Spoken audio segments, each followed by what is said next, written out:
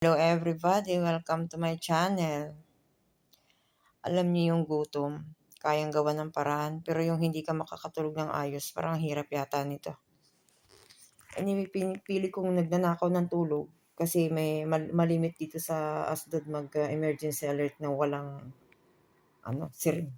So magbe-base kami sa sirin o magbe-base kami sa emergency alert. Ang hirap pa, kung every 30 minutes nag-emergency alert, hindi ka makakatulog nun.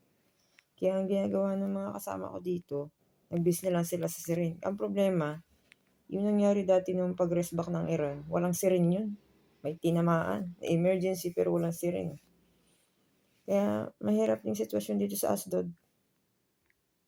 1 week na silang walang pasok. Dapat suportahan din ito ng Philippine Embassy sa Tel Aviv. Ayuda kaming mga nandito sa ASDOD. Hindi lang ASDOD to, pati Tel Aviv. Haifa, Herzliya. Sa Herzliya may pasok pa yung iba sa kanila, kami dito sa ASDOD wala talaga. Anyway, bago po maiba po tayo, kaya po ako nag-vlog. Naalala ko po kasi yung nakita kong vision sa langit. 1 buwan na nakakalipas.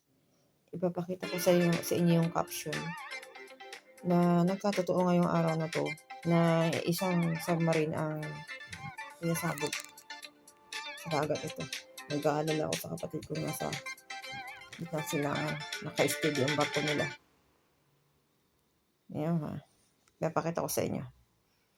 But bago ko ipakita sa inyo yan, please click like, subscribe, and click notification bell para patuloy nyo masubaybayan ang totoo naming buhay dito sa Israel. Please watch this. Hello everybody, welcome to my 1 month ago. May nakita lang akong pangitain sa langit. Sa ulap ito. Thursday ito. Noong January 22, 2026. Naka-off ako niyan. Umaga, hindi pa sumisikat ang araw. Para siyang pakpak. Sa una kong tingin, parang pakpak, likod ng pakpak. Pero napansin ko, lumakas ang hangin. Yung parang pakpak na yan, lumubog. Yan lang ang lumubog. Yung ulap na pinagpapatungan, andyan pa rin. Sa sobrang lakas nun, sabi ko, para siyang nagtago, pailalim, lumubog pailalim. Tapos, naisip ko, isa siyang malaking barko. Isa siyang malaking barko na lulubog. Hindi ko alam kung barko ba talaga siya o submarine. Kasi yung parting kanan na yan, may hugis pakpak ding maliit. Yung para siyang kilay.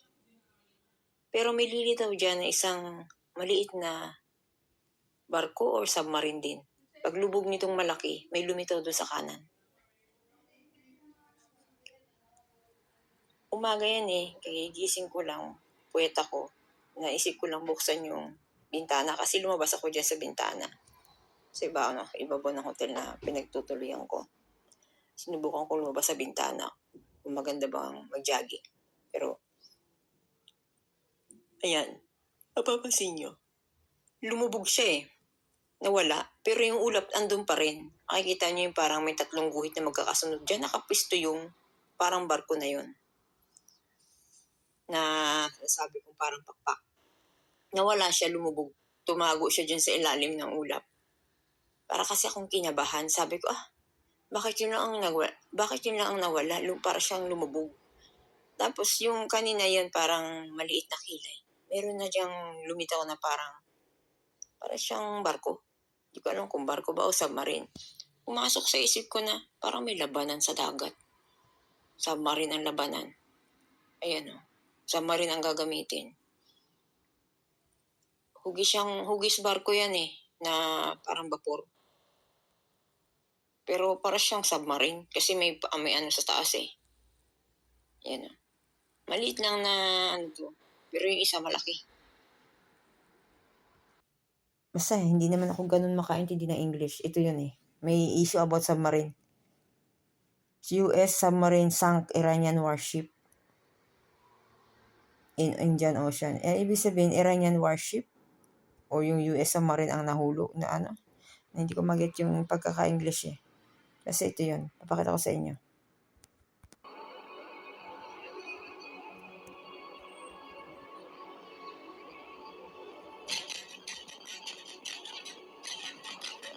last night and to be completed in a few days, in under a week. The two most powerful air forces in the world will have complete control of Iranian skies, uncontested airspace. I hope all the folks watching understand what uncontested airspace and complete control means. It means we will fly all day, all night, day and night, finding, fixing, and finishing the missiles and defense industrial base of the Iranian military, finding and fixing their leaders and their military leaders. Leaders, looking up, we're playing for keeps. Our warfighters have maximum authorities granted personally by the president and yours truly.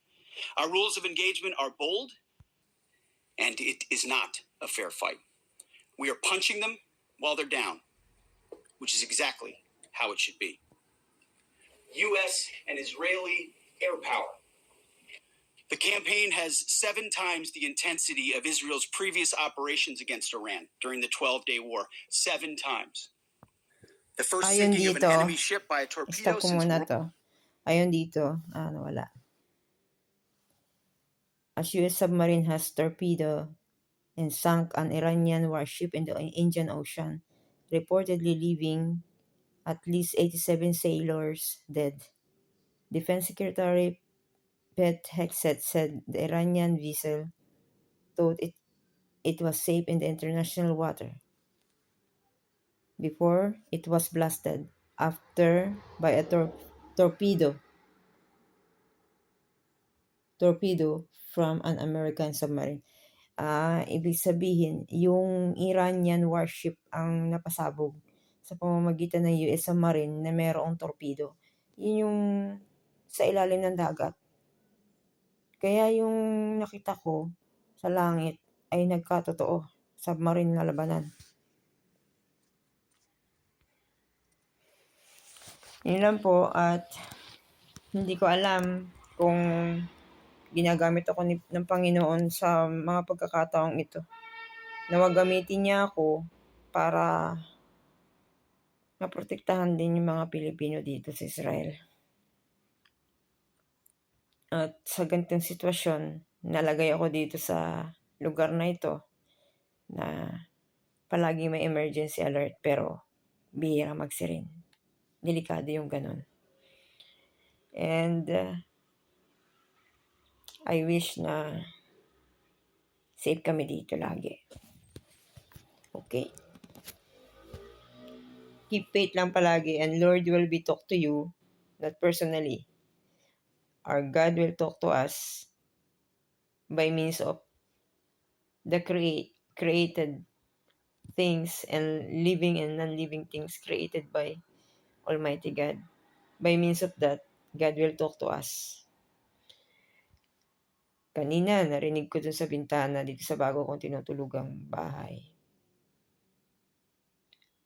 Nagkakagulo yung mga ibon. Hindi lang isang ibon yun. Napakadami nila. Dito sa bintana. And I wish dun sa kaguluhang pinaramdam na yun ngayon, ay wala kami doong mga Pilipino. Hinihiling ko na ligtas kami sa pinaramdam ng mga ibon na yun. Hindi lang isang ibon yun.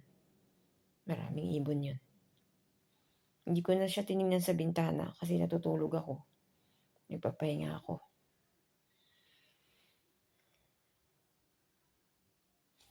Okay. Bye-bye. Thank you for watching.